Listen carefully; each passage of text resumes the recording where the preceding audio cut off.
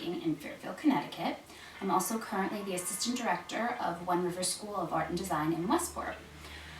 As an artist, I work in a lot of different mediums. I work in acrylic, I do some drawing, color pencil, but my favorite is definitely watercolor.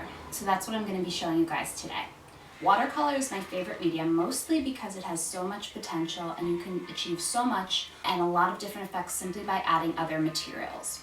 One of the other big components in my work, no matter what medium I'm working in, is color.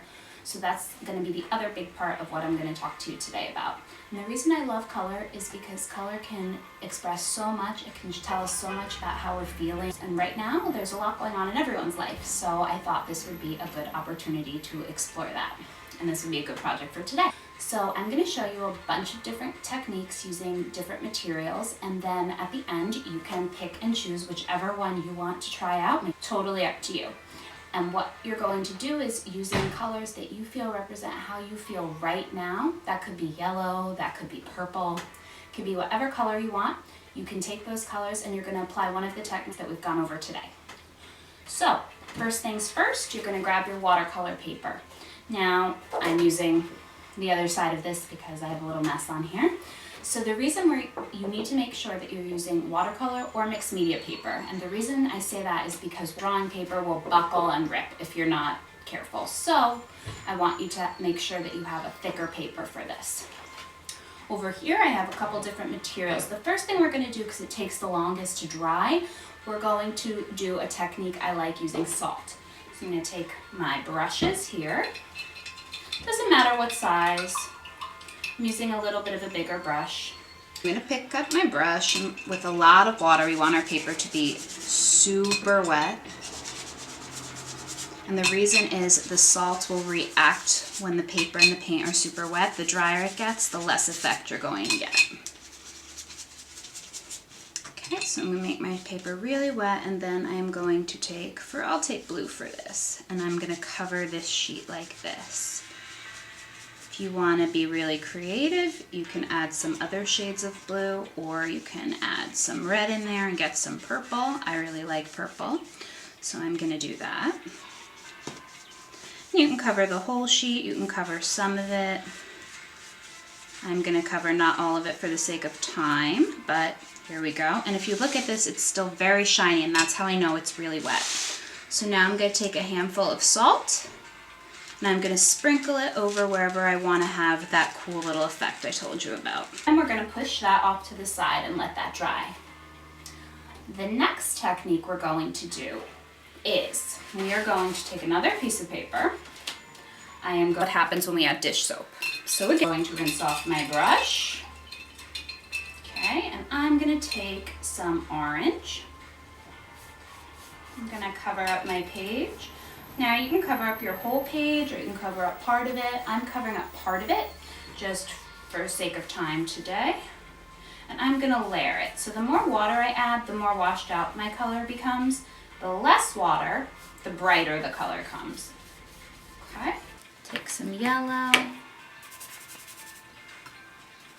Add some more water here.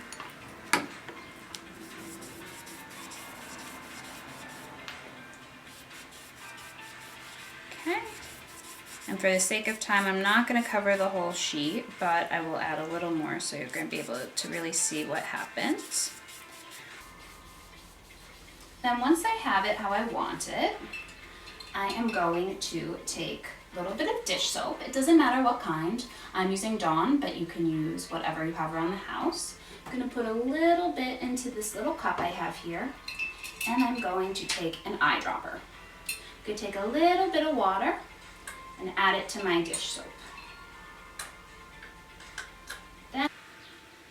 And I'm going to make sure I get that soap into my eyedropper. And then I'm going to put it in a couple little different spots so you're going to be able to see what happens. The dish soap separates the watercolor pigment and will make these fun little bubbles pop up. So they're kind of like little starburst patterns. You can do as few or as many as you want. Then you are going to put this over here to dry too. So, okay. Now the third method is a lot of fun and actually probably the least amount of work I think. So I'm going to take a brush, take some water again. I'm going to wet my paper first because I want to cover most of this so I'll be able to show you the best. Adding a lot of water. Then I'm going to take some pink. And then since I don't have purple, I'm going to add some blue. Okay. Now the darker you want it, like I said before, the more watercolor paint you want to add. So I have some pinks, I have some blues, and I'll show you a close-up of this. You have that sheet. You are going to take a piece of saran wrap, just clear saran wrap. You're going to lay it down on my paper, and I'm going to press it down so it's sitting directly on it. And then once I have that, I'm going to scrunch up the saran wrap. I'm going to press it down. Okay, and you can do this a lot of different ways. You can play around with it. And it's going to look something like this for now. I'm going to put this over here to dry. For this one, we're doing resist. So we're going to lay down this tape. We're going to make sure it's pressed down really hard because you don't want it to move because then your design is going to bleed. And this can be as complicated or as simple as you want. So we have that pressed down. That's kind of what it looks like. And then I'm going to take my brush.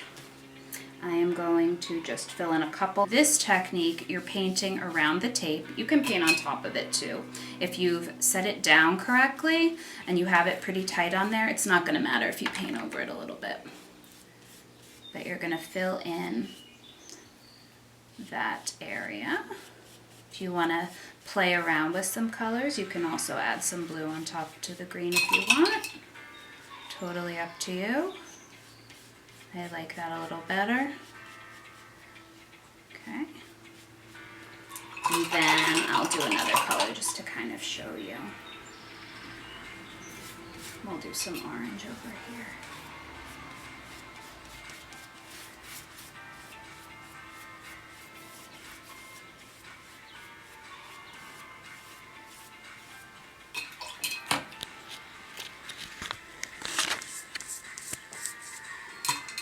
And again, like I said, if you want to have stronger colors, you're going to use less water. If you want to kind of wash it out a little bit, make it fade, you're going to add more water to it. Now here I'm covering up everything. You can see I'm getting some water on my desk. That's totally fine. Watercolor is super washable. Another reason why it's one of my favorites to work with. And we'll color one more space, which I'll do a nice red or pink.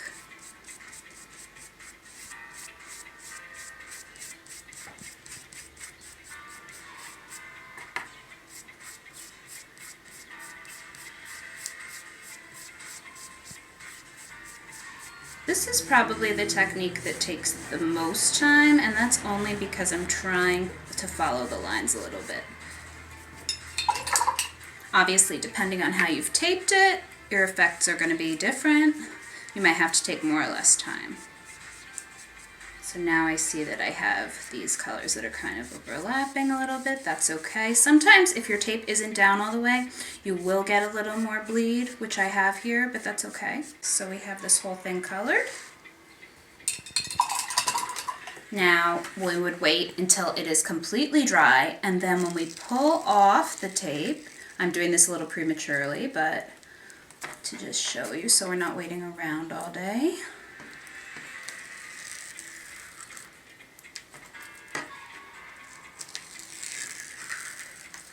And you have that cool border.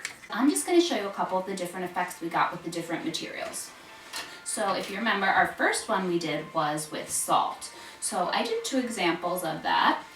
This is one. The salt is kind of sitting there and it's doing its magic. The second technique we did was we added some dish soap, and what we got is this, which is kind of cool. They look like little bursts. It went a little lighter in those areas because the dish soap caused it to separate. So you get this cool little bubble effect here too. It's similar to the salt in a way, but it looks very different.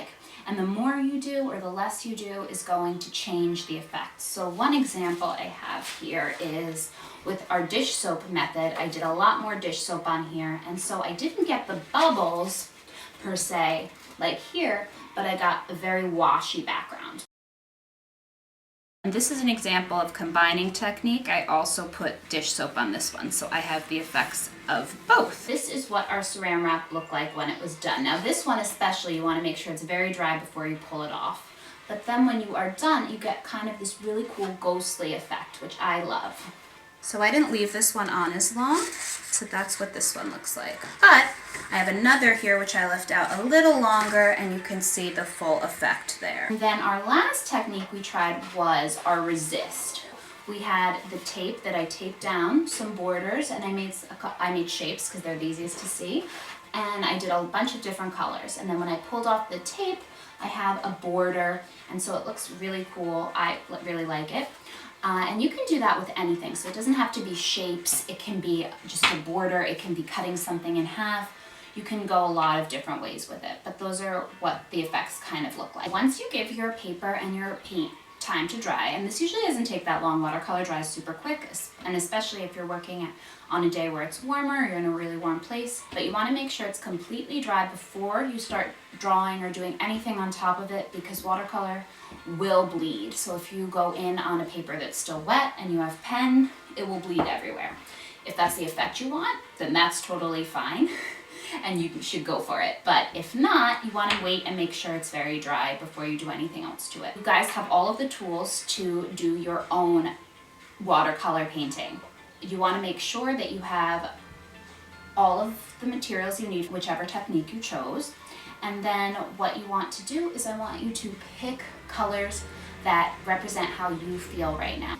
And then once you do that and your paper is dry, you can either leave it, like I really like how this looks, so I probably won't do anything else with it. But I could also take my background and I could draw on top of it. And one of the things I think is really cool to do is when you have these bright, really cool backgrounds, is to draw on them with black pen. I hope that you learned about all of these techniques. I hope you enjoyed it, and I can't wait to see what some of you guys come up with. Have a great day. Thanks for listening.